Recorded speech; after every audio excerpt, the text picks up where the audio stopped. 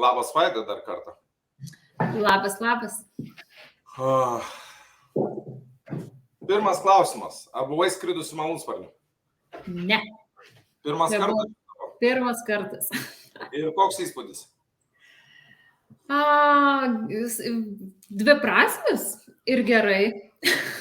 Viskas buvo labai fainai, buvo labai įdomi patirtis. Tik tai, kad ten per vidurį kelionės turėjau tą tokį nemalonų pojūtį, žodžiu, su pykinimu, bet šiaip viskas labai fainai. Okay. Tai va. Gerai. Ką matei ir kas tau labiausiai patiko ore?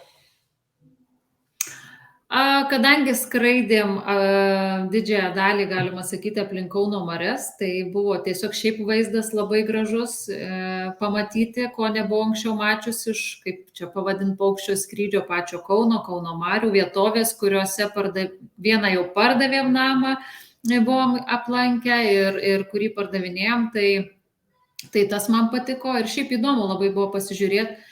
Ne šiaip, kaip turistai, kaip sakyt, kai žiūri, kaip faina, kaip gražu, marios ir taip toliau, bet kada tu skrendi ir ieškai tų namų, tų objektų, apie kuriuos tu kalbi jau daug, pasakoji ir vis tiek per laiką susigyveni su jais, tai buvo įdomu juos pamatyti iš kito kampo. Tai va. Tai kaip klientam girdavai, sakydavo, labai gera vieta, dabar gali iš viršaus įstikinti, kiek gera vieta. Taip. Tai pamatai dar kitokį vaizdą ir kad, tos dalykus, tos privalumus, kur tikrai, kur šiaip sakai, tai va čia arti parkas, arti ten koks Panemunės šilas, o tu pasižiūri čia visiškai arti. Tai va, toks dar kitas kampas pamatyti ir pačiai privalumus ir tada gali kitaip klientam perduoti. Okay, žodžiu. Tai kaip manai, klientai viskas tvarkoja, gerą sprendimą priėmė pirkdami namą Šleinavoj? Aš manau labai graži vieta, tikrai. Iš tikrųjų, man irgi patiko, jisai ten iš viršaus toks kažkoks išskirtinis, gal dėl to, kad tas žalias stogas? Gali būti, labai greitai pasimatė ir Jis taip iš karto iš visų išsiskiria. Taip. Ir tos marios, viskas. Labai faina. Čia, jeigu kas nežinot, apie ką mes kalbam, kas čia nutiko, aš parodysiu dabar, pasidalinsiu ekranu, kas čia nutiko pas mus, ar ne? Apie ką mes čia kalbam. Mes kalbame apie tai, kad Vaida, žiūrėkit, kokia didvyrė šiandien buvo. Kaip jinai gerai atrodo, ane? Bam, liuksai. Ane? Wow, didelius ar mažus parduosim visus. Čia beveik kaip ir Miami brokeris. Matai? Mano mokiniai, Ras? Liuksai? Ane? Gerai, ką čia mes toliau turime? Man atrodo, kepurytės reikės ir man jau. Bet žiūrėk, čia jūs nedidelis. Kažkaip įsivaizduoju, kad jis didesnis. Beveik aukštesnė už tą malūnsparnį. Susraigtų, jeigu suskaičiavus. Ok. Nedidelis. Kas čia? Man tik tai čia jau video, galėsim po to biškutį parodyti vaizdinės medžiagos. Kad, žodžiu, super, palauk, aš žiūriu, kaip čia padaryti, kad geriau mes matytumėmės. Jeigu kas turit kokių klausimų, rašykit klausimus. Vaida šiandien skrido padangėse ir kalbėjo apie nekilnojamą turtą. Aš taip spėčiau, Lietuvoje to dar nebuvo. Šiaip žmonės skraido su malūnsparniais, apžiūri įvairius objektus, žemes ir taip toliau, bet kad nekilnojamo turto brokeriai, nekilnojamo turto marketingistai tai darytų. Tai kažkas pakomentavo, tai ar nepigiau būtų buvę su dronu? Tai tie, kas pakomentavote, jūs visiškai teisūs. Su dronu būtų kainavę 50 eurų, su su malūnsparniu mums kainavo keli šimtai eurų, ar ne? Už gana trumpą tokį laiko tarpą. Bet, kaip tu manai, su dronu ar su malūnsparniu, Vaida, kas geriau? Tai malūnsparniu. Aš manau, kad efektas geresnis ir tiesiog tu gali labiau iš visų kampų pažiūrėti ir pristatyti ir vis tiek su dronu tai ten yra trumpas kažkoks tai video be jokio pristatymo ar tai kelios nuotraukos, o čia toks gyvas iš karto, čia ir dabar. Nežinau, man atrodo, čia yra efektas didesnis. Taip, labai malonus, labai fainas pilotas buvo.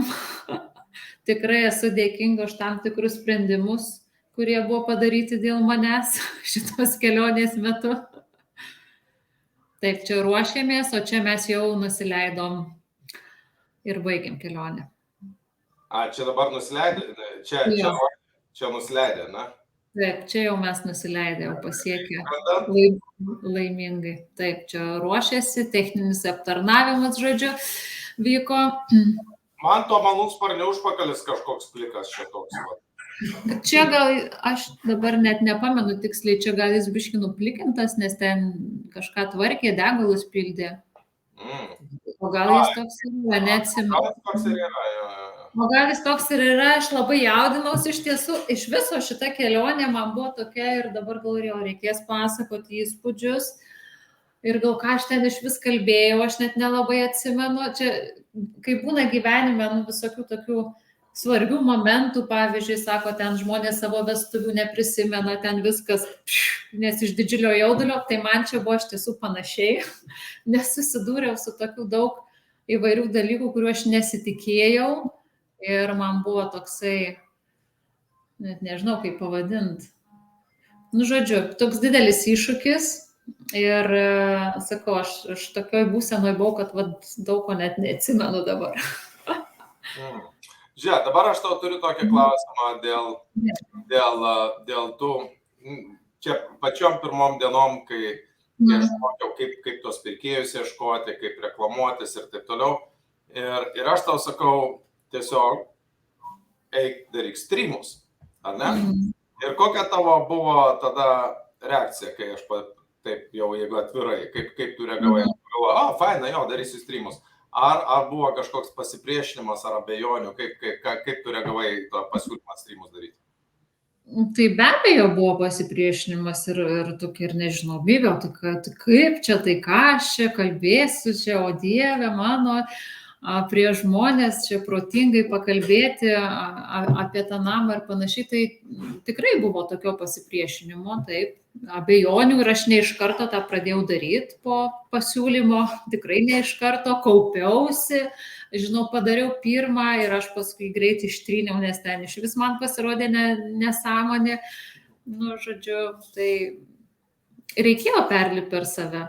Šitoje vietoje. Tai netgi, sakyčiau, tavo pirmas, antras, trečias streamas nedavė jokio efekto arba labai minimalus arba jokio visiškai efekto, bet tu vis tiek tai toliau darėjai, ar ne? Tai kodėl darėjai, jeigu efekto nedavė? Aš kažkaip manau, kad aš nesitikėjau, kad iš karto bus kažkoks super wow efektas, nes manau, kad vis tiek turi žmonės ir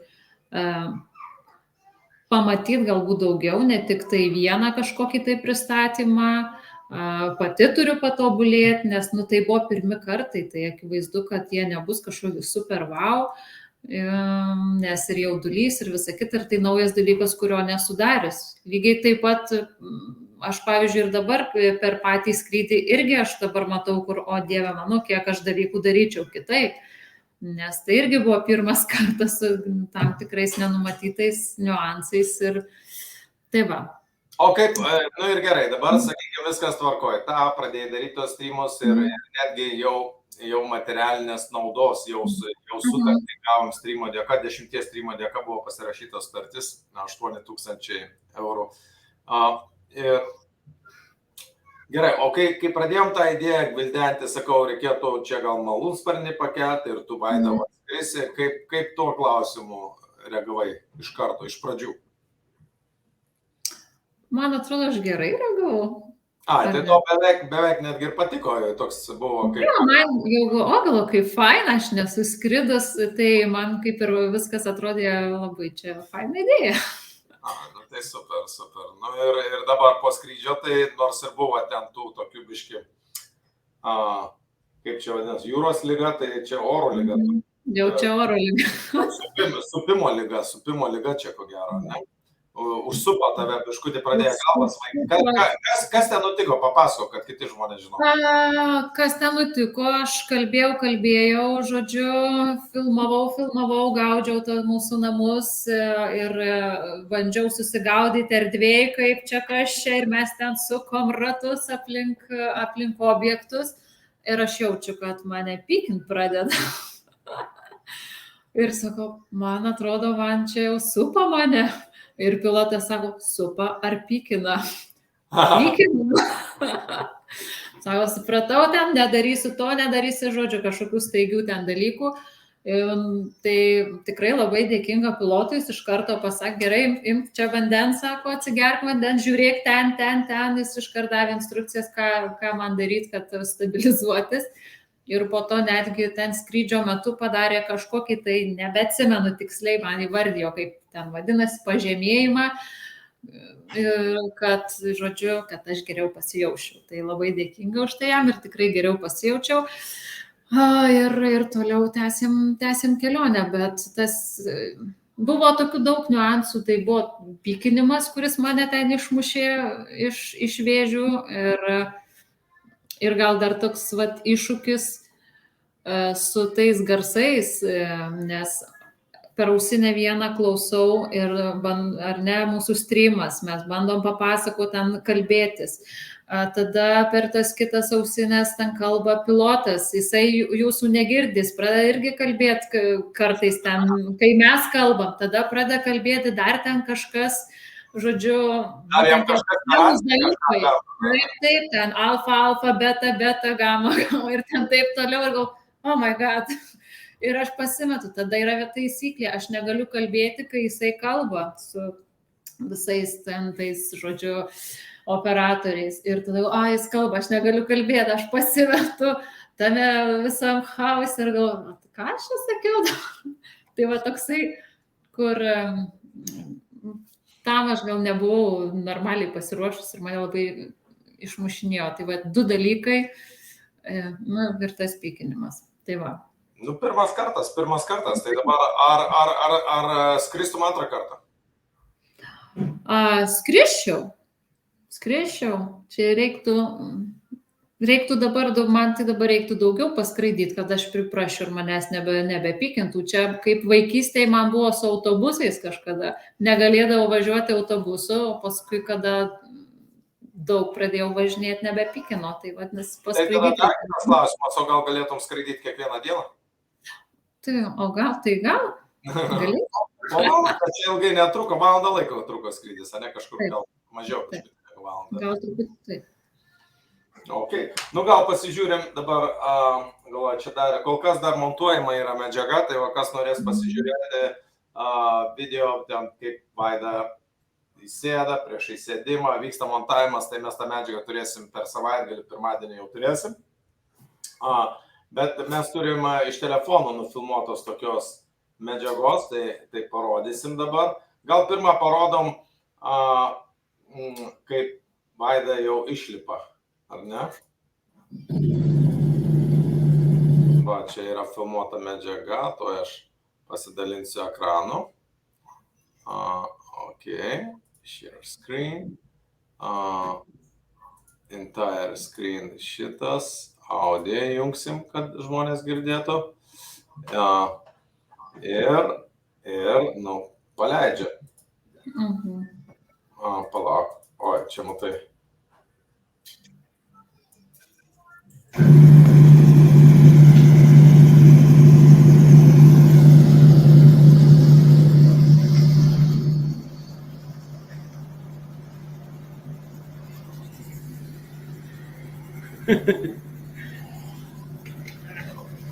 Dar paimsim nervą.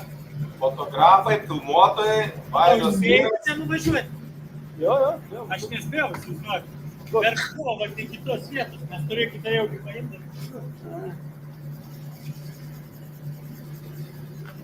Tai ten niekur. Nes skubėjau belia kaip ir šitas vietas. Aš žinau, kai žinau kelius, tai man. Tai va tas ir yra, nu aš irgi žinai navigaciją įsimečiu. O Vaida pareina. Laiminga pagaliau išlipus. O dar ir yra. Dar Nu, dabar lėktuvas. porą tokių štai. Gerai, dabar tu aš įjungsiu kitą. Kitas kadras čia. Tai yra atskrendamas toks sraigtasparnis. Ten turėtų sėdėti mano žmona. Dainėjam štai šį namą.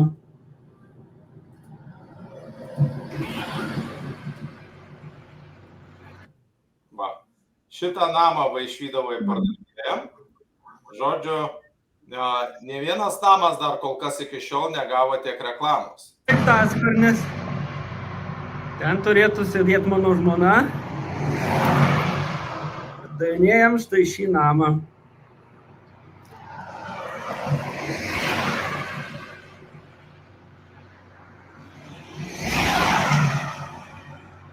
O, Vaida parskrenda. Taip, sukom ratus iš visų pusių aplink. Čia iš tiesų labai graži vieta. Įsivaizduoju, kad mato. Matai, kaip Darius mojavo tau? Mačiau. Aš jam irgi mojavau atgal, aišku, jis kažin ar matė, bet iš to instinkto ir aš mojavau. Aš nemačiau. Jis sako, kad nematė. Tai tegu ateina Darius pakomentuoja, tuoj sustabdysim tą video. Mes vis tiek reklamuojam.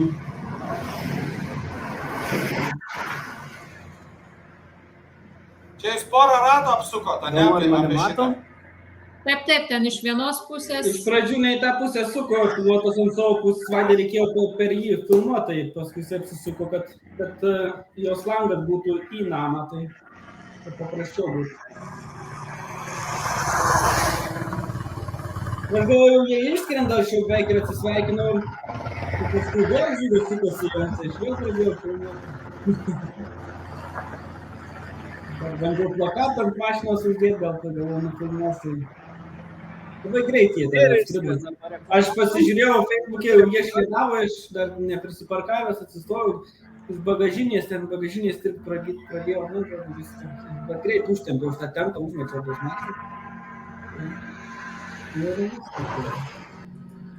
Nu vieno žodžio, viskas nuskrido prie kito objekto. Tai dar jau papasakok, palauk, tai aš perėmsiu, kad jūs abu būtumėt. Papasakok, kaip ten iš apačios viskas atrodė. Na, kažkaip aš galvoju, jis toks garsesnis bus, aš jau ruošiausi ten.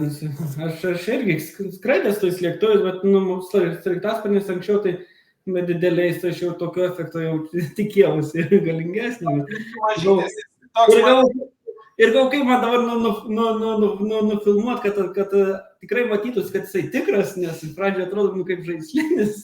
Labai mažas atrodė, nes matai, gana aukštai. Ir paskui jisai ten toliau matosi virš galvos, praskrenda, tai jau tikrai matosi, kad ten ne modeliukas.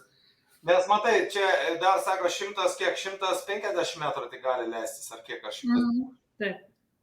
Nes Miami čia mums, žinai, praskrenda virš vandens, turbūt gal jam leidžia žemiau skristi, tai jie praskrenda, tai nežinau, kokį tik tai 20 metrų aukštį, 30, nu, grinai virš galvų praskrenda. Tai... Ten kokį gelbėtojai gal atskirus leidimus jie turi. Gali būti. Kaip iš aukščiau. Aha. Nu, aišku. Visur lėkime, vos aš spėjau vytis tas sraigtasparnis. Jam tai, žinai, sunkiai kūrėsi, tai šitą vaišydavo, nulėkė ir dar spėjau taip daugiau mažiau pasiruošti. Tai man sėdint prie ekrano, žinai, daugmaž, palauk, pirmas kas ten buvo? Pirmas buvo ta šlėnava prastuko, žinai, Nu ir aš dabar galvoju, kas ten išvydavo, kur čia ką man tuoj susirasti. Nu va, jau ir prie išvydavo, žinai, minutę laiko ir jau jie, žinai, šleidavo, maišydavo, jau už minutės jie jau skraido virš tos išvydavo, žinai. Galvoju, blemba, aš net nespėjau, žinai, langų atsidaryti dar kažką ant kompiuterio, o jie jau prie išvydavo, žinai. Nu labai greitai, jo, jeigu nebūtų tų ratų sukę, tai ten iš viso būtų labai greitai viskas buvo, žinai. Tas Aš dar nebuvau prisiparkavęs, jau išvydavo suką, aš jau stebėjau ten internete.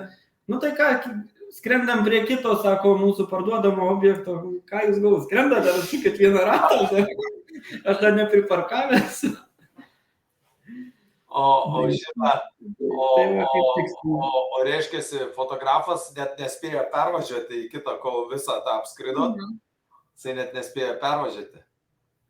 Nu jo, jis ne vietinis, nelabai gal žino. Kaip tau darė, o kaip brokeriu, kaip atrodo tas visas šou toks? Jisai reikalingas, nereikalingas, bus efektas, nebus, kaip įsivaizduoji? Aš tai man tai atrodo, kuo daugiau reklamos, tuo geriau.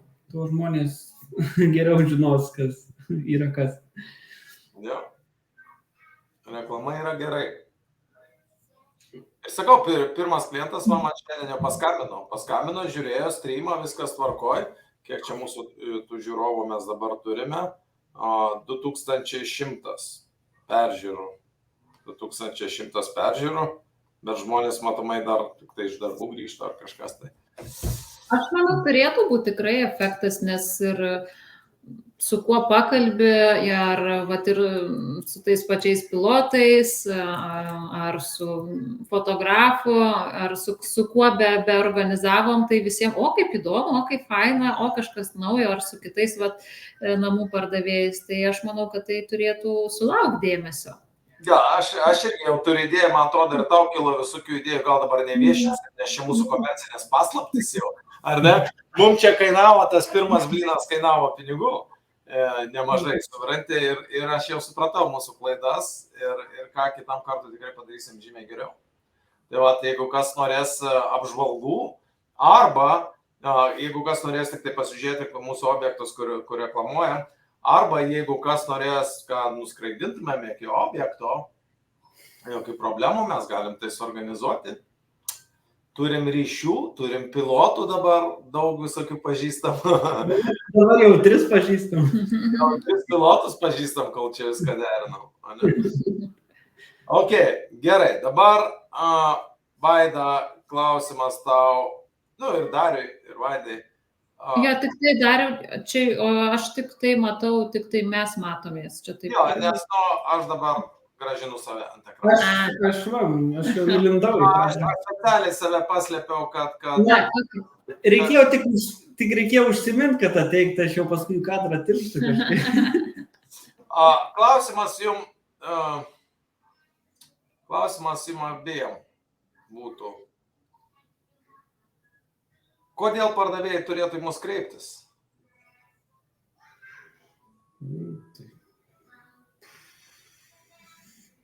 Nes jeigu jiem reikia parduoti, jie turi kreiptis, o jei nereikia, tai gali nesikreipti. Tai jie visi turi pažįstamų agentų. Tai jau čia ko gero aiškiausias įrodymas, nes visigi sako, o tai ką jūs darote kitaip? Tai mes net su sraigtasparniais skraidom. Jo, ir, žiūrėk, kitą kartą, jeigu Vaida klaus, ką jūs darote kitaip? Sakyk, aš atsiųsiu jums nuotraukas ir video. Jeigu dar kas nors Lietuvoje taip daro, dirbkit su jais. Ate. Ir nusinti. Prie malūnsparnio, iš viršaus ten, kaip tu komentuoji. Aš galvoju, mes klaidą gal padarėm, gal tau reikėjo parodyti ir po to reikėjo persukti. Daug kamerą dažniau į save persukti ir pasakoti apie tos objektus. Va, ką mes dar klaidą. Reikėjo, ir ypač kol skrisdavom iki objektų, čia buvo klaida skrendino, ką ten daug namukų rodo, kai jau priskrendi, tada persuki kamerą ir rodai. Na, aišku, ten tos marios ir taip toliau, bet dar ir tas momentas, kad tu ten tokia, dariau, aš jau, o aš dar sakau, Tai gerai, Vaida, persuk kamerą į save, žinai, aš taip galvoju, kad matyčiau, kas jai darosi, žinai, bet po to galvoju, okei, bet jeigu jinai jauką išmes kokią, tai visi matys, kaip jinai tai padarė. Sakau, žinai, ką, Vaida, gal vis dėlto persuk kamerą į priekį ir tu ten jau kaip nors, ką nors daryk, žinai, vandens atsigerk, žiūrėk, sakau, nežiūrėk į žemę, aš irgi daug maž pataikiau, ne? Sakau, nežiūrėk į žemę. Tik netidarinėk lango. Jo, bet Vaida į tualetą neik, žinau. Nu, bet buvai prisisegus su diržu, ar ne? Taip. Tai viskas gerai, nebūtum išėjęs pasivaikščioti. Aš tuoj grįšiu. Žinai, žinokit, ponas, aš turiu išėti trumpam. Jo, tai čia, jeigu tai būtum padaręs, tai peržiūrų būtų labai... Žinai, aš tai pagalvoju, jeigu būtum vis dėlto, kaip sakant, skrandžio turinį išliejus ant ekranų, peržiūrų būtų buvę daug. Ar ne, jeigu jau dėl laikų, dėl peržiūrų, o jeigu būtum išėjusi pasivaikščioti, tai peržiūrų būtų labai daug. Tiesa, Marės užšalusios, ar ne, dar tebėra? Nu, kažkaip netikėta, aš nesigalvojau, kad nebuvo tų šalčių tiek daug šiandien. Ir dar, sakai, žvejų ten buvo, ar ne? Ir daug ten jų, ir jie taip toli nuo kranto, nežinau, man tai tokie savižudžiai, nes, nu, ta prasme, tikrai tas ledas nėra storas. O Jis kokia negali temperatūra dabar Lietuvoje, minusinė dar, ar jau pliusinė diena? Po naktim tik tais -5, šiaip 0 būna. O Dar dieną- prieš tai kiek lietaus buvo. Nu, ta prasme, dabar toksai nelabai jau žiemiškas. Nu, tai ten tikrai tokie jau. O virš 20 tai labai jau mažai buvo šiemet. Tai va, Vaida labai gerai atsakė. Čia kai žmonės sako, o ką jūs padarot kitaip? Ką jūs tokio stebuklingo padarėt? Šiandien nežinom. Gal ir pardavėm kokį namą? Mes nežinom. Nes, matot, reklamavom mes 3 objektus. Iš tikrųjų, 3 parduodamus objektus. Tai mes nežinom, kaip su tais pardavimais, bet sakykim, jeigu šiandien mes nepadarėm ne vieno pardavimo, ar ne? Bet čia buvo tas skrydis toks kaip simbolis. Mes parodėm, kad mes dirbam. Matai, išnekėti gali visi, reklamuosim, postinsim ir taip toliau. Ar tu postinai ar nepostinai? Nu kaip aš dabar gausiu įrodymus? Kur tu postinai, kur tu nepostinai ir taip toliau. Nu, mes reklamavom šiandien. Reklamavom. Turim įrodymus, daug liudininkų, naudojom, droną naudojom. Žmogaus vairuojimo droną naudojom. Įsivaizduoji? Kur galima atsisėsti ir skristi kartu. Wow, tai ir mes leidžiam pinigus. Mums ne vienas pardavėjas pinigų nedavė, kad reiškia, užsakytume malūnsparnius, fotografus. Niekas pinigų mums nedavė. Ar ne? Ne vienas pardavėjas nedavė. Tai va, čia ir yra, tai ką mes darom kitaip, daug ką mes darom kitaip. O malūnsparnis buvo tik tai simbolis parodyti, kad mes tikrai darom, mes tikrai įdedam pastangų, ar ne? O kodėl žmonės turėtų pradėti... Dar jūs neatsakėte klausimą. Kodėl, Vaida tik atsakė. Kodėl dariau žmonės turėtų kreiptis į mus? Tai aš pirmas atsakiau, dėl to, jeigu nori parduoti, tai tada reikia kreiptis. Ok, bet tai, žinai, jie sakys, nu tai aišku, kad norim parduoti. Ir sakys, čia visos agentūros tą patį sako, kad jie parduos. Kodėl būtent į mus turi kreiptis? Nu, kad gautų kokybišką prekę, mes kaip prekė, jie perka, tai mes turim taip, mes pagrindžiam tai darbais ir visi nori, jeigu perka daiktą, tai nori gauti kokybišką, tai kokybiškesnio daikto negaus, negu mes galim pasiūlyti. Nu, bet čia, sakys, čia to arogantiškas labai, tu čia toks jau keli save statai, kitus žemini ir tu nežinai visos Lietuvos agentų. Lietuvoje turbūt, sakyčiau, yra apie 1000 agentų tikrai turėtų būti. Tokių, žinai, nuo vienadienių iki... Nu, tai visada gali pabandyti kitus. Ir jie pabando. Nu, paskui mums dar geriau pabando, jie žino, kad tie... Meilutė pabandė, Sigutė pabandė, Panevėžy pabandė, kas čia dar pabandė, kiek tų bandytojų buvo, kas čia dar, Panemunė pabandė, Žodžiu, mes jau kelis objektus, kelis namus, o dabar... Mažeikiai, dabar tas vienas naujesnių Mažeikiai. Mažeikiai pabandė, Mažeikiai mes dar nepardavėm, čia girtis negalim. Bet irgi bent jau vyksta darbai. Okay. Tai va, čia Darius, kaip pasakė, jeigu norit parduoti ir jeigu norit, kad tikrai būtų padaryti darbai, kad daromi sistemingi darbai, kurie veda prie sandorių, kurie veda prie pardavimo, tai prašom pas mus. Jeigu norite tik tai, kad kažkas įdėtų skelbimą, aš turiu jums klausimą. Negi jūs tikrai nemokate įdėti skelbimą. Negi jūs ne. Tai va, čia dėl to... Aš naudoju kartais šitą klausimą. Negi jūs tikrai nemokate įdėti skelbimą, taigi šiais laikais skelbimą įdėti paprasta. Bet tada žmonės sako, bet tai, aš įsidėjau, jie rodo, sako, dabar visiems metam įsidėjau skelbimą. Iki pardavimo ar metam ten rodas jau turi visokių idėjų, nes kiti jau nebesideda tų skelbimų, jie praranda skelbimus. Kodėl? Nežinau, aš tai spėju dėl to, kad efekto negauna. Žiūrėkit. Buvo geriausias man pavyzdys patinka, tarp kitko iš Oksanos reikia dar paimti interviu. Kiškėnai. Buvo skelbių įsidėję metus laiko ar kiek. 0 apžiūrų. 0. Čia pardavėjo žodžiai, ar ne? Čia mes nemenkinam to portalo, gal jie ir veikia, gal jie ir duoda efektą. Bet kažkaip šitai pardavėjai efektas buvo 0.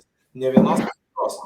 Mes pradėjom dirbti, kiek į tą namą? 45 apžiūros. Čia va, jeigu pardavėjai, kas klausote, 0 apžiūrų, paskelbus portalą, o mes 45. Iš kur, Vaida, jūs traukėte tuos pirkėjus? Ims ir sakysiu dabar viską. Tikrai ne pagrindas nėra, skelbių nėra, rodas. Žinai, man paklausius jūsų, jūs skambate, žinai, jeigu aš būčiau kaip klientas, tai ir paklausius, kad reiškia žmonės patys, o jūs atseit 45, tai man jūs skambate, žinok, kaip lakūnai. Tai čia tokia užuomena, čia mūsų paslaptis, iš kur mes traukiam tuos pirkėjus, tai žiūrėkite, iš čia, iš dangaus, iš visatos gelmių. Nuskrenda ten Vaida su savo lėktuviuku, grįžta ir jau pasiveža kelis pirkėjus. Ir rodo liuks. Tai jums yra atsakymas, iš kur mes gaunam tuos pirkėjus. Kaip čia žmonės deda į portalus. Tarp kitko yra video medžiaga, kur ir aš esu nufilmavęs video įrašą padaręs, Namų brokerių YouTube kanalą. Tai pasakysiu, kaip vadinasi. Vadinasi, man atrodo, kodėl portalai neveikia, ar kažkas tai tokio, to aš pasakysiu.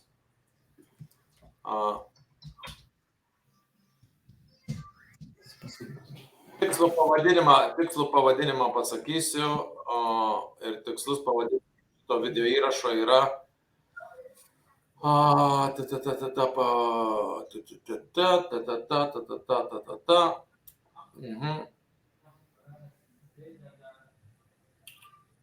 Kaip veikia skelbimo portalai arba kodėl jie neveikia? Kaip veikia skelbimo portalai arba kodėl neveikia? Paklausykit, užsiprenumeruokit Namų brokeriai ir jūs suprasite, aš ten išaiškinau, kad neveikia tie portalai taip, kaip jūs norėtumėt, kad jie veiktų. Nes jeigu jie veiktų, tai pardavėja būtų įsidėjusi arba ta pati Šleinava, kur pardavėm, būtų įsidėjusi skelbimą, ir būtų suvažiavę ten 25 klientai, bet jie nesuvažiavo. Šitie pirkėjai per 1,5 mėnesio suvažiavo tik todėl, kai mes pradėjom dirbti. Tai va, man tai užsklanda patinka, aš dabar jau uždėsiu.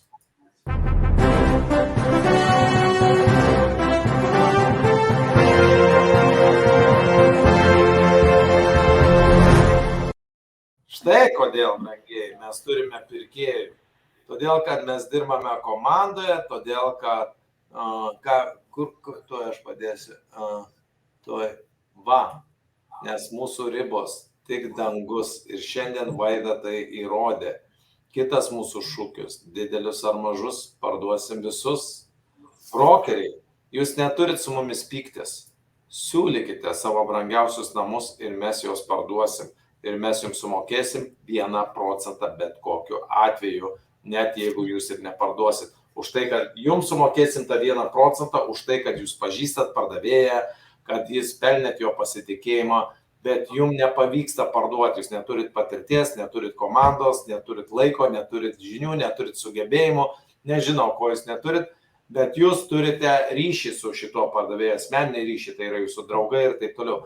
Tai nepaveskite savo draugų pasitikėjimo, duokit tą namą mums ir mes kartu pajungsim, jeigu reikės, visus Kauno agentus ir visus Lietuvos agentus, ypač jeigu objektas kainuoja $500,000, milijoną ar 2 milijonai, visa Lietuva pardavinės ir tų pirkėjų tiek bus perteklius, kaip Kiškėnuose, kad buvo. Papasakok, Vaida, kaip buvo Kiškėnuose su pirkėjais.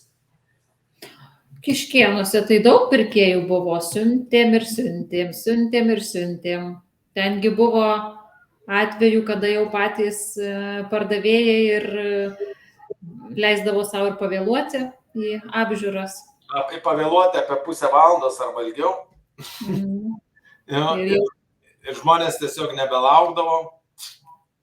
Tiesa, jeigu šiaip pažįstat pardavėją, kas nori parduoti, nuo 5 iki 10 tūkstančių eurų už rekomenduotą klientą.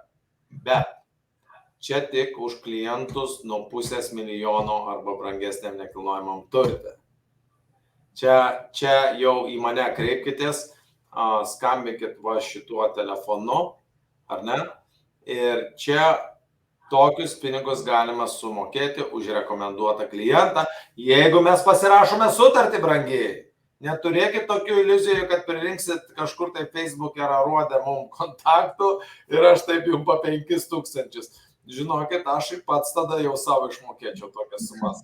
Ar ne? Čia tokiu atveju, jeigu jūs klausote mūsų, girdite, stebite mūsų laidas ir sakote, žiūrėjom, analizavom, stebėjau pusę metų, kaip Mažeikiškė, kur namo pasirašė sutartį, ar ne? Jie tikrai gerai dirba, kreipkis į juos, mano giminaitė pažįstama ir tokiu atveju norit, sakykit tiem giminaičiam, kad gavot nuo 5 iki 10 tūkstančių, norit, nesakykit, jūsų reikalas. Mes pasirašom sutartį ir jums išmokama, garantuotai bus išmokėta šita suma, garantuotai galėsim dokumentą pasirašyti, ar ne, kad tikrai išmokėsim šitą sumą, tai nėra tušti pažadai. Kadangi nuo tokio objekto mūsų komisiniai brangiai bus 30 tūkstančių, 60 tūkstančių arba daugiau. Tai žinokit, tie 5 tūkstančiai gal jums ir atrodo dideli, bet atskaičiavus nuo 30 tūkstančių, mums vis tiek lieka 25. Va, matot, išsidalinimui. Taip, kad nėra tie pinigai dideli.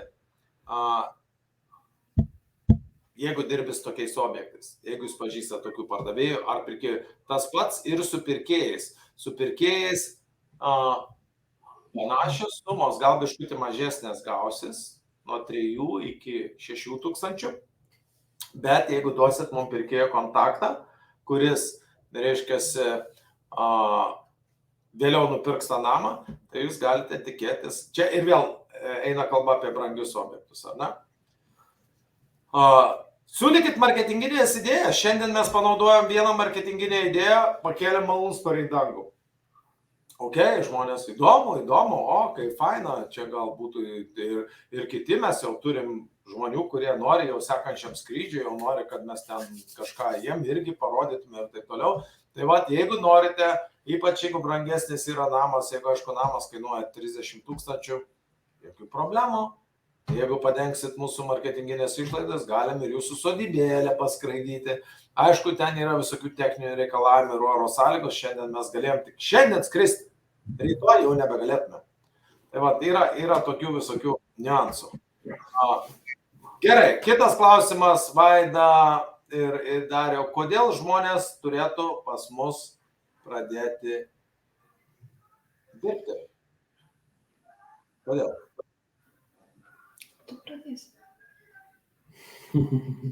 Kodėl žmonės turėtų jungtis prie mūsų komandos ir dirbti? Na, jei nori smagiai praėjęs laiką, užsidirb gerai pinigų, patobulėt. Kame tas tobulėjimas daro čia? Kur tas tobulėjimas vyksta? Tai... Nežinau, man tai šis šiek yra nauja, tai man daug. Aš nieko nepardavinėjęs, nieko, tai man tai čia iš visur ir... Mes vakar kalbėjom su vienu žmogum apie aukštą intelektą. Žinai, kartais pasižiūri aukštą intelektą, čia Facebook ypač kiti komentuoja ir taip toliau. Tai kalbėjom, kas yra intelektas. Ir intelektas gali būti jų kaip, žinai, lyčių tai yra tik tai dvi. Čia aš, matai, jau bandau vaikus ten, darželiuose, mokyklose apgaudinėti, žinai. Ką padarysi? Netgi statistikos departamentas dabar užsakė, sako, reiškiasi, eikit klausinėkit, kaip save identifikuojate. Tai mano sesuo sako, ar jūs norit, kad pensininkai mums su keptuve per galvą duotų? Sako, arba jie iš vis to klausimo, mes turėsim 2 valandas klausimą paaiškinti. Jie nesupras. Tai sako, senų neklauskit, tai jaunų klauskit. Jie ten vis tiek silpnai masto, žinai, tai jie ir identifikuos save kažkur vieną iš 77 lyčių. Tai lyčių yra 2, ar ne? Yra anomalijų, yra apsigimimų, tai yra iš 10 milijonų vienas atvejais ten gimsta su 2 arba nieko negimsta, su 2 gimdom, tai labai retos anomalijos. Bet intelektų tai tikrai yra daug rūšių, ar ne? Nes intelektas gali būti vienoks, gali būti kitoks, tu gali būti labiau linkęs skaičiams, gali būti labiau linkęs, sakykime, menams, tu gali būti vizualas, tavo klausa gali būti geresnė, tavo uoslė gali būti geresnė, tu gali kažkokius vienokius dalykus geriau analizuoti, kitų tu iš vis, Vaidas sakė, tai priejo prie malūnsparnio, įlipo, skrido ir net jau pusę pamiršo, ką jinai ten šnekėjo. Reiškiasi, jinai įsijautė jausmus ir jau atmintis pradėjo biškutį šlubuoti, ar ne? Nes kaip jinai jaučiasi, emocijos ir taip toliau. Tai vieni žmonės ant jausmų, kiti ant skaičių, kiti ant dainavimo, tų intelektų yra daug visokių rūšių, intelektas, bet yra tuo pačiu ir bendras toks, bendrinis intelektas. Arba aš vakar dar tokį terminą išvedžiau, subalansuotas intelektas. Kaip žinot, subalansuota mityba, ar ne? Tai subalansuotas intelektas, tu gali būti labai geras vienoje srityje ir visiškai idiotas kitoje srityje, ar ne?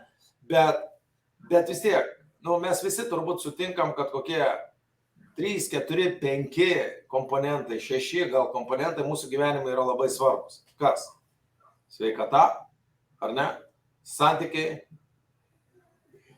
kūno kultūra, priežiūra, mityba, finansai. Tai yra tam tikros, sakykime, mokymasis, tobulėjimas, yra tam tikros sritis, kurios yra svarbios mūsų gyvenime.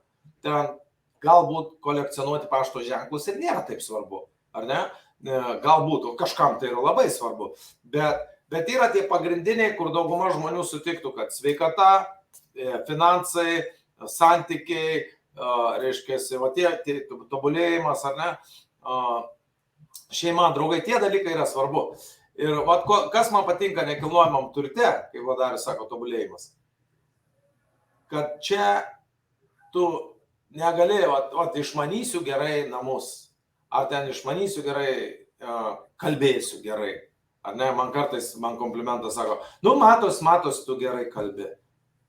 Aš nekalbu gerai, aš kalbu netaisyklingai, mano sakinių struktūras būna neteisingai, mano tarimas būna, aš blaškausi nuo temos ant temos, aš neužbaigiu sakinį, pereinu prie kito, mano kalbėjimas nėra geras, apie ką jūs kalbat, ar ne?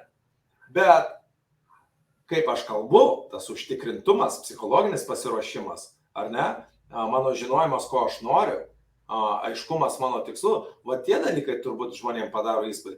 Ir nekilnojamam turte mes turime čia išmanyti teisinius dalykus, jau turbūt ir Vaida, ir Darius, jau biškutį, jau daugiau suprantat, negu prieš pradėdami čia dirbti, ar ne? Po to Psichologiniai, emociniai dalykai, minčių kontrolė. Irgi, pasirodo, jos galima kontroliuoti. Galima mintis kontroliuoti. Tai galima. Kodėl niekas nesakė, tai niekas ir nebūtų sakę. Nes matai, jų darbas jūsų mintis kontroliuoti. Jūsų darbas paklusti. Jų darbas tu didelė dėlė, jūsų mintis kontroliuoti. Bet jeigu jūs pradedat kontroliuoti, jūs paverčiat jų darbą sunkesniu. Jiem reikia sunkiai dirbti. Jie nemėgsta sunkiai dirbti. Reiškia, ir teisiniai dalykai čia mes išmokstam, ir minčių kontrolės, emocijų kontrolės, bendravimas, komunikacija, kad žmogus tave suprastų. Dar į snukį pasiūlė duoti ne tiesiogiai, bet per aplinkui, man perdavė, sakė, būčiau davęs į snukį. Mano vienam brokeriui irgi vienas pasiūlė duoti į snukį, po to mano brokeris nuo to kliento uždirba 15 000 per butukus pardavinėdamas Kėdainiuose. Tai kai jis pradėjo dirbti, ir ten buvo brokerio kaltė, ne klientų. Dariau tau, jeigu tu turi nuryti tą, kad tau apie tave tai pakalbėjo, čia yra tavo dar neprofesionalumas.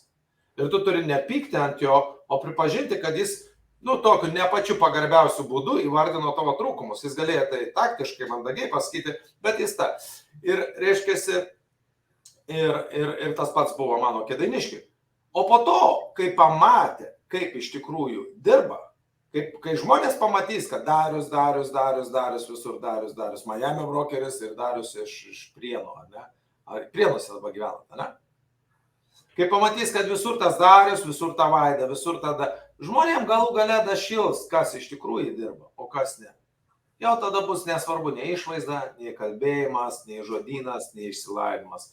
Žmonės vertina aktyvius žmonės. Mes žiūrėkit, malūnsparnį pradėjom, pakėlėm į viršų malūnsparnį. Ką tas atrodo duoda, ne? Bet tai, kad mes užsiimėm veiklą, kad mes veikiam, jau mums pareina visokie pasiūlymai, mums siūlo pinigus, mums siūlo bendradarbiauti, mums siūlo projektus, jau čia nori su mumis ryšį palaikyti, jau dar nesugalvoja, ką čia galėtų su mumis veikti, bet jau nori kažką veikti. Kodėl? Mes esame veiklus darbštų žmonės. Ar ne? Tai va čia, jeigu klauso klientai, čia ir yra mūsų tas raktas. Bet matai, visi kažkokią nori stebuklo. Žinot ką, aš sukūriau nekilnojamo turtą bitcoiną, gal kas norit pirkti? Ten kartas 60 000 kai kas už eurą nusipirkti. Rimtai, tokį turi. Žmonės nori tokių kažkokių fantastikų. O jeigu tu pasakai, mes tikrai atliksim gerai darbą, ne? Tai gamyklai visi dirba, jie vis tiek nieko neuždirba. Ar ne? Tai va, bet čia reikia kantrybės, taip kaip Vaidas su streamai savo, žiūrėk, vienas buvo streamas iš kavinės, dabar, žiūrėk, turim kontento, galėsim pjaustyti, streaminti, rodyti, nuotraukas karpyti ir taip toliau per savo streamus galėsi, ant savo skrajučių galėsi, ant savo tą malūnsparnį galėsi Facebook'e, galėsi Instagram'ai prisidėti tas nuotraukas su malūnsparniu. Ten galėsi, savo kontaktus, NT, marketingas, NT pardavimai, namų pardavimai. Wow, Ir kas svarbiausia, dar reikės to pagalvoti, kaip sumontuoti, kad čia ne taip tu stovi prie malūnsparnio, bet kad kažkaip, kad parodyti, kad tu kažkokią, žiūrėsim, kad tu tikrai apie objektus kalbi. Supranti, kad tu čia ne šiaip, tu dirbi nekilnojamam turte su malūnsparniu. Vadinasi, ką tai reiškia? Žmonės galvos, tai yra pati turtingiausia, pati sėkmingiausia agentė. Tai ką kreiptis? Jeigu tu nori parduoti Kaune milijoninį namą, į ką kreiptis? Į Vaidą? Jie net nežinos, kad Darius iš Miamio, Darius jos vyras, čia mes čia pagrindiniai, kur ieškom, bendraujam. Ne, Vaida geriausia. Gerai, kreipkitės į Vaidą, vis tiek sutartį pasirašys Darius iš Miamio ir Darius iš Prienų. Vaidas tarčių nepasirašo. Bet jeigu jūs norit su jie pabendrauti, prašom, jokių problemų. Ne prieš. Mes tą estafetę perimsim iš jos vėliau. Tai va, tai čia kad Darius paminėjo tobulėjimas. Čia nėra tobulėjimas, kad tik nekilnojamo turto išmoksit. Čia jūs tobulėsite tiek asmeniškai, tiek teisiškai, tiek, nežinau, o Darius gali su Vaida dar pakomentuoti. Taip, su daug žmonių pabendrauju, įdomių, įvairių, su savo... Ką aš jums sakiau, kai pradėjo dirbti?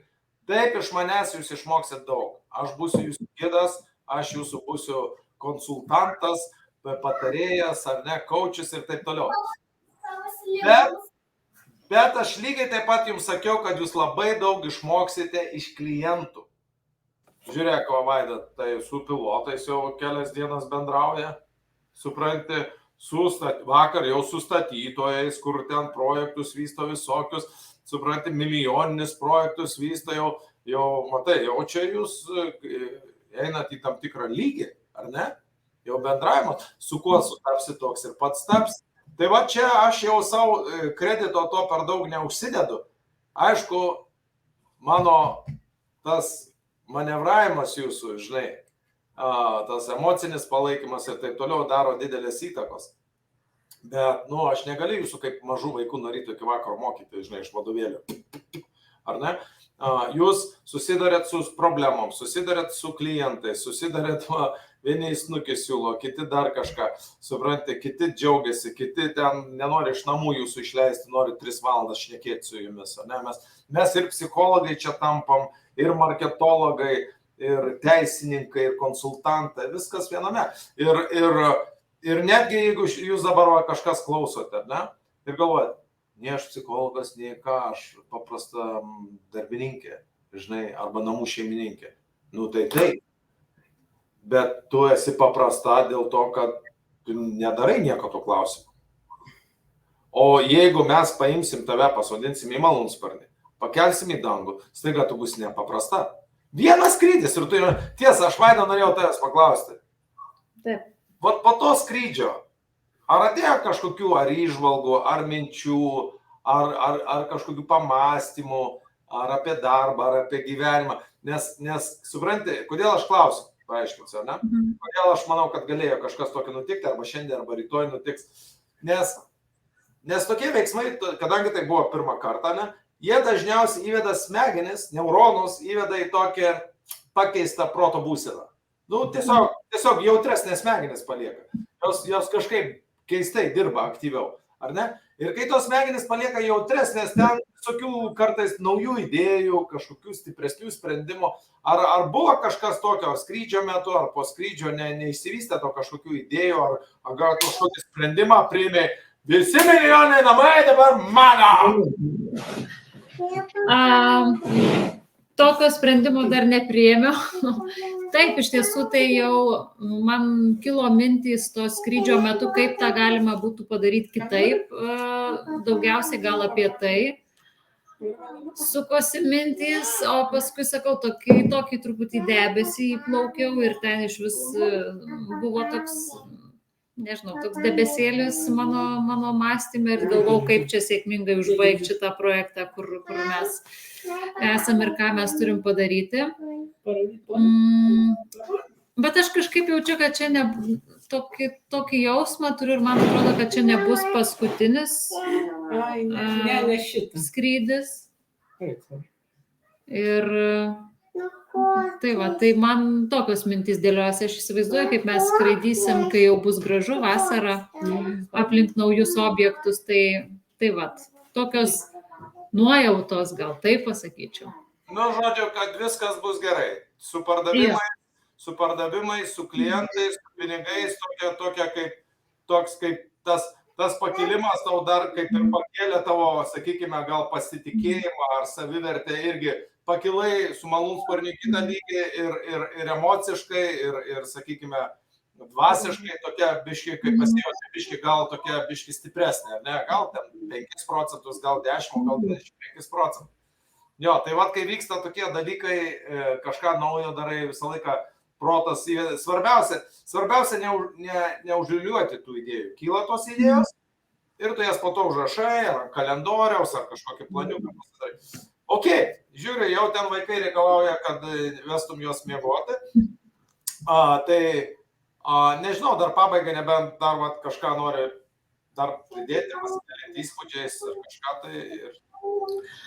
Tai aš gal prie to dar klausimo, kodėl būtų verta jungtis prie komandos, ar galėčiau padrąsinti, tarkim, galbūt ir mamas, moteris, užsiimti panašią veiklą, kaip aš užsiimu, nes aš irgi esu 3 vaikų mama, turi tikrai pakankamai daug veiklos, visi vaikai dar yra maži, bet darbą pavyksta suderinti. Negaliu sakyti, kad persidirbu, bet tikrai galiu pasakyti, kad čia paantrinsiu savo vyrui, kad tobulėju. Kada atėjau čia ir mes pirmą kartą pasikalbėjome, aš tikrai nebūčiau nutuokus, kad aš čia skraidysiu sraigtasparniais ar dar kažką panašaus darysiu. Tai tikrai atneša daug ir pasitikėjimo savim ir tu pamatai, kad gyvenimą gali, tu pamatai galimybę, kad gali susikurti laisvę savo gyvenime, gyventi taip, kaip nori, taip, kad mūsų ribos tik dangus ir kad tu savo kasdienybę gali susikurti pagal save. Tai va, tai yra labai faina ir tu nežinai, tas toks, viskas atrodo net ne kaip darbas, daugiau mažiau kaip žaidimas ir tai yra smagu. Tu nežinai, kas tavęs laukia. Ar jauti, kad NT karjera gali būti kelias į didesnę laisvę? Yra toks jausmas, ar ne? Nebūtinai, kad dabar jau pas tave laisvės atsirado, dabar, sakyčiau, pas tave atsirado mažiau laisvių. Kodėl? Todėl, kad tu buvai mama ir tavo darbas buvo rūpintis vaikais. Dabar tu turi ir vaikais rūpintis, ir su malūnsparniu skraidyti, ir postų daryti, ir vyrų padėti. Ir dabar tau, nežinau, ką tu galvoji apie, ar tau daugiau laisvės atsirado, ar kaip tik mažiau? Tai faktas, kad mažiau kol kas atrodo, nes ir ypatingai pradžiai tai buvo tikrai visokių momentų ir tokių emocinių duobių ir atrodo, ką aš čia dabar darau ir kaip čia viską sustyguoti ir vaikų priežiūra ir laikas su vaikais ir kad darbai būtų padaryti ir taip toliau. Ir gal ne visada viskas sekasi taip, kaip norisi. Bet čia vėlgi yra galimybė patobulėti, tada tu žiūri, tu gali taip sustyguoti, čia kitaip suorganizuoti ir palaipsniui mes, manau, ateisim tikrai į gerą tašką, labai gerą tašką ir tikrai į tą tokią laisvę. Bet ir dabar aš jaučiuosi pakankamai gerai, nes aš po motinystės atostogų šitų vadinamų, aš neįsivaizduoju, kaip aš galėčiau kažkur dirbti nuo 8 ten iki, eiti į kažkokią tai įmonę, vaikus palieki kažkur, eini juos nežinau. Aš turėjau tokią patirtį po savo pirmos dukrytės, kada aš grįžau į darbą, ten nebuvo dar 2 metų, man kažkoks kosmosas yra toks grafikas, ne.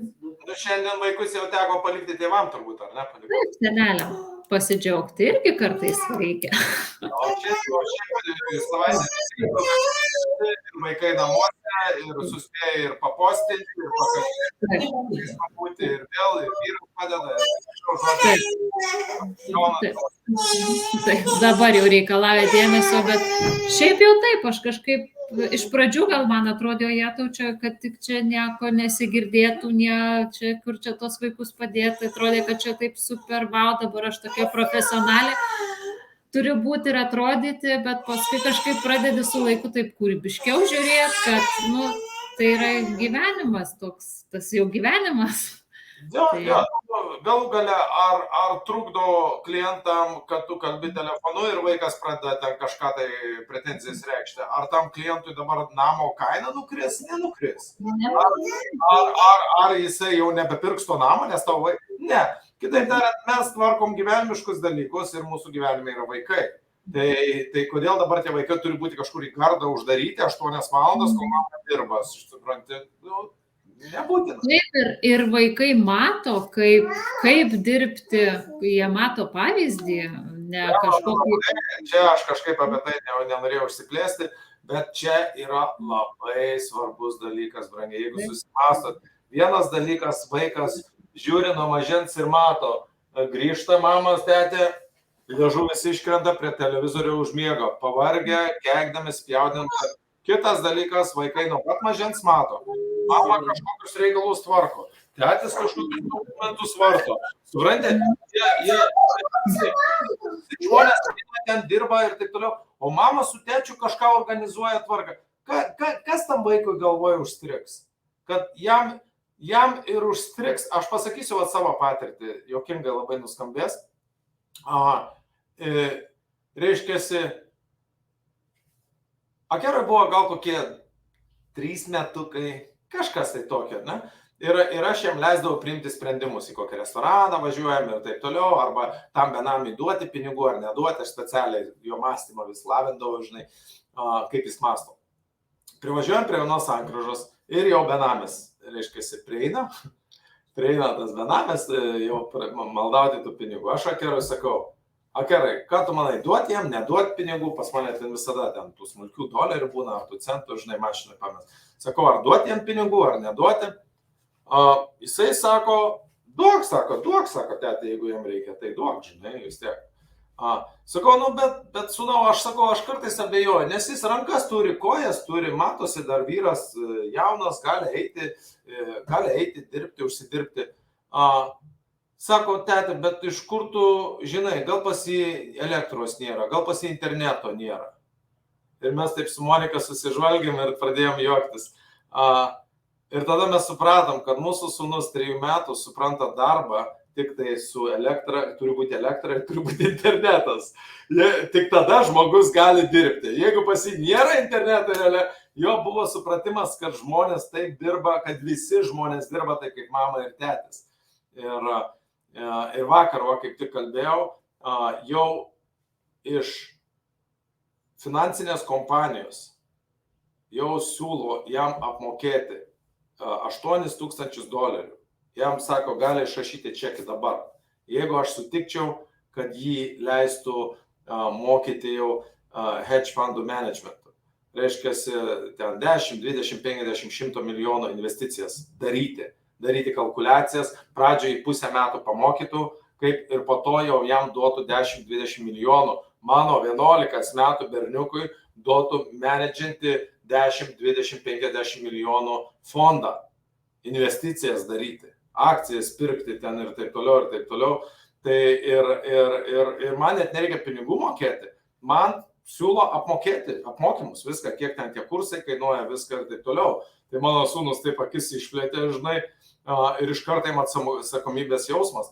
Sako, tai viskas tvarkoj, sako, labai gerai, kad man apmoka ir taip toliau. Bet sako, aš pergyvenu, o jeigu aš nepadarysiu to, kad jie iš manęs tikisi, man duos ten 10 milijonų prekiauti ir aš ten klaidų pridarysiu. Sako, žiūrėk, jie rizikuoja, čia jų reikalas, ar ne? Tai va, čia yra labai svarbu, mamytės ir tėveliai. Jūs yra žmonių, kas sunkiai dirbat ir mažai laiko su vaikais praleidžiat. Tai čia dar pusė bėdos. Bet jeigu jūsų vaikai mato, kaip jūs sunkiai dirbat, tai yra kaip programa, kaip pasąmoninė programa, taip dirbs ir jūsų vaikai. Jūs norit, kad jūsų vaikai būtų kitokie, nejuokinkit manęs. Aš žmonės stebiu jau daug metų, jau man 50 metų, tai sakykime, jau pradėjau stebėti prieš 45 rimčiau, o prieš 35 jau labai rimtai pradėjau stebėti, o jau 30 metų dirbu su žmonėmis. Tai aš labai mačiau, kas nutinka su tėvais, kas nutinka su vaikais ir kas nutinka su anūkais. Pakankamai turėjau daug laiko tą pastebėti. Ir plus mes kiekvieną dieną bendraujam su žmonėmis, lendam į jų gyvenimus, sužinom, kas vyksta. Tai va, jeigu jūsų vaikai mato, kaip jūs sunkiai dirbat, vargstatės ir suguria galą su galu, jų tikėjimas apie savo gyvenimą bus toks pat. Turbūt teko girdėti, obuolys nuo obels toli nerieda. Tai va, Darius su Vaida dabar ką daro? Tvarko informaciją, skraido su malūnsparniais, tai vaikai galvo, kas čia darosi? Ką tie mūsų tėvai, ką jie čia padangių valdovai kokie? Supranti, po to eis girsis kitiem ten, nežinau, kur į darželius ar mokyklas. Mano mama tai su malūnsparniu skrido čia virš Kauno, su malūnsparniu reikalus tvarkė. Mokytojas, kas rimtai, kas tavo mama, kas čia ką, žinai. Šiandien mažiausiai močiutė parodė, mamos kažką. Va, sako, žiūrėk, to mama sraigtasparnį šeka, jinai Mama, tu grįžti, ne? Tuoj grįžti, taip? Ja, su tuo telefonu šneka į paską, kad jau reikia grįžti, mes dabar be tavęs laukiam, išpasako. Mama sraigtasparniu išskrenda, bet jie vis tiek. Tai tu grįžti, ne? Ką vaikai mato, tą jie po to kopijuoja, taip jau yra. Bet dar kitas dalykas. Mes vis kalbam su kompiuteriu. Kai pasakoja kažkokie rusai, čia kažkokie pasakoja, žodžiu, kad jie keliauja po pasaulį, su banginiais plaukia ir taip toliau. Tai supranti, vieną dieną mokytoja kviečia tėvus į mokyklą, sako, jūsų vaikui biški su galvytė negerai, sako, yra totalus melagis, sako, antiek meluoja naglai, sako, ką jis meluoja. Nu, sako, pasakojas kitiems savo draugam, kaip su banginiais plaukia, kaip čia į kalnus lipa, kaip čia viską daro, sako, tokios kažkokius ekstremus, sako, ar jums nereikėtų į pas psichologą nuvesti, nes jis tiesiog naglai meluoja. Ir tėvai atėjo, sako, nu žinokit, jis nemeluoja. Sako, žiūrėkit, čia yra nuotraukos, mes tikrai tai darom. Tai sako, mokytoja taip suglumo, žinai, tokia tipo, jūs čia tikrai taip leidžiat vaikui su banginiu plaukioti? Supranti, čia pavojinga, jį gali suėsti. Supranti. Tai va, tai žodžiu, taip jau yra. Tai aš kartais va tėvams sakau, jums persilaužti iš furistų, iš statybininkų, ar iš ten vadybininkų, pardavėjų, kasininkų, buhalterių, jums persilaužti. Tikrai bus sunku. Bet aš padėsiu, aš tą emocinį pagalbos teiksiu. Bet nedarykit tai dėl savęs, jeigu jūs mylit savo vaikus, darykit tai dėl savo vaikų. Sukandę dantis apsimeskit verslininkais. Ir jūsų vaikai patikės, kad jie tokie gali būti. Ar ne? Ir dar kitas dalykas, jums sunku bus pradžioj. Juk tik imkit pirmą mėnesį ir Vaidos ir taip toliau, man atrodo, Vaida dabar jau, tiesa, ką norėjau pasakyti. Jeigu kas norite taip kaip Vaida, Lietuvoje būriama marketingistų komanda, kontaktuokite ir Vaida bus jūsų lyderė mokytoja. Lyderė, jinai jau su malūnsparniu, jūs tai pradėsit kol kas tik tai šliaužioti, žinai, ten. Ant sofos, prie Facebooko, dar kur nors, žinai, paaiškinsit apie pastatus, va, čia turėsim tokius lygius padaryti. Prieš skrendant su malūnsparniu turi padaryti kokį 10 strymų nuo žemės, ar ne? Ir tada jau galima su malūnsparniu, ar ne? Ten kokie 10 strymų iš buto, 10 strymų vaikščiant aplink namą ir tada tik su malūnsparniu. Čia jau trečias lygis. Nu, po to dar... Apžvalgos bokštai yra. Vasarai turim dar ir kitų projektų. Pakelsim oro balionus. Daug mes turim visokių idėjų. Sakau, siūlykit, kur aš jau buvau parašęs, siūlykite marketinginės idėjas. Pinigų yra. Nekilnojamam turte pinigų yra. Galim išleisti kiek nori. 1000, 5000, 10 000. Svarbu, kad apsimokėtų, svarbu, kad gautumėm efektą, kad patraukti dėmesį. Tai va, visi dizaineriai, marketingistai, kontaktuokit mus, siūlykit idėjas. Bet idėjos turi būti įdomios, turi atkreipti dėmesį, daryti tą patį, ką ir visi, tai yra tiesiausias kelias į vidutinius rezultatus. Jeigu tu nori gauti gerus rezultatus, reikia daryti kažką kitaip negu kiti. Tai va, čia Vaida atkreipia labai dėmesį į tą, kad vaikai žiūri į tėvus ir mato, kad tėvai kažkokie netokie. Kažkas jų gyvenime vyksta. Jūsų galvose jau tas malūnsparnis įdomu, už 2 dienų gal ir pamiršit, ar ne? Vaiko galvose, jūsų vaikų, kad mama skrido su malūnsparniu, jie ir po 20 metų pasakos. Paskys, mama, bet mes maži buvom, galvojom, biški pergyvenom, tu išskrisi, ar grįši, ar negrįši, žinai, išsigandom biški. Tetis irgi matom toks jaudinas, taip, mums buvo tikrai širdelė plakė, žinai. Vaikai visai kitaip supranta tą gyvenimą. Suprantai, pas mus viskas jau gal sumažėja, supaprastėja, tokia rutina, o pas juos viskas išpūsta, didelė vaizduotė, kaip čia dabar mama išskrido su malūnsparniu virš Kauno skraidyti, kada jinai grįš. Supranti, žmonės neskraido su malūnsparniais, žmonės su mašinom važinėja, arba pėsčiom, arba su maršrutkė, o čia jau kažką. Tai va, tai čia tėvam, kas norite, tikrai kiek aš esu per gyvenimą bendravęs, jeigu pas mane ateina kandidatas kažkas tai jeigu tik tai matau toks veiklesnis, klausiu, kas tėvai verslininkai. Kažką verslavę, kažką gaminė, kažką pardavė ir taip toliau. Ir žiūrėk, tas 18-19 metų jau berniukas ar mergaitė, jie irgi jau tokie šustri, veiklus, jie jokių problemų, jie tik sprendimus ieško ir taip toliau. Tai va, žodžiu, statykit savo vaikam ateitį. Jeigu patiem baisu, jeigu patiem bijot, baisu, sunku, tai kaip Vaida padrasintumo kitas merginas, moteris, marketingistės, mamas, kurios jau galvoja, kad jau nieko daugiau apart mamos iš jų neišeis. Tai išeis, reikia tik tai noro, reikia pabandyti ir viskas išeis. Ir reikia daryti, ir paskui palaipsniui viskas darosi lengviau, paprasčiau, atsiranda daugiau tikėjimo savim. Ir va, pradedam skraidyti dangų visom prasmėm, taip pasakyčiau. Ir tokie bus rezultatai. Taip. Tik tai dangus gali būti mūsų riba. Visos kitos ribos, brangieji, yra jūsų pačių susigalvotos, jūsų smegenų neuronų. Ir dar neteisingai pasakiau, nėra jos jūsų pačių susigalvotos. Jums jos yra gražiai, sistemingai, gudriai suinstaliuotos. Ribotas mąstymas, ribotos galimybės, daug visokių baimių, daug abejonių, menkavertiškumas, žema savivertė ir tie dalykai tampa jūsų pačių neuronų kalėjimas. To negaliu, tas nepavyks, tas nesigaus. Jeigu tu tiki, kad tu žlugsi ir tau nepavyks, tu esi teisus. Jeigu tu tiki, kad tau pavyks, tu esi teisus. Nesvarbu, ką tu nuspręsi, ar tau pavyks ar nepavyks, tu esi teisus. Tai, kuo tu tiki, taps tavo tiesa. Jeigu tu tiki, kad tau pavyks, tu prasimuši ir tu gerai gyvensi ir savo vaikais ir šeima pasirūpinsi, tai taip ir bus. Kągi, Vaida, super skrydis, super įvykis, tegul būna čia tas simbolis, ne tik tai, kad mes daugiau dirbam, tegul būna tai dar ir simbolis tau, kad tu dabar jau tikrai pakilai nekilnojamam turte, iki šiol šliaužė apie tos namus ten šnekėjai, o dabar jau tu pakilai, jau į skrydį, jau pradėjai skristi mintimis ir rezultatai. Prieš savaitę 3 pardavimai per 3 dienas, čia įspūdingi rezultatai. Dabar mes nelabai turim ką pardavinėti, tai nelabai tu ir gali pademonstruoti savo pilną pajėgumą, bet kreipkitės, rašome sutartį su pardavėjais, ar brangius, ar didelius, ar mažus, parduosim visus, visi namai bus parduoti. Tai va, ta Vaida irgi tegu būna simbolis, kad tu pakilai jau nekilnojamam turte ir tu tikrai aukštai skraidysi, likusi gyvenimą iki pat mirties.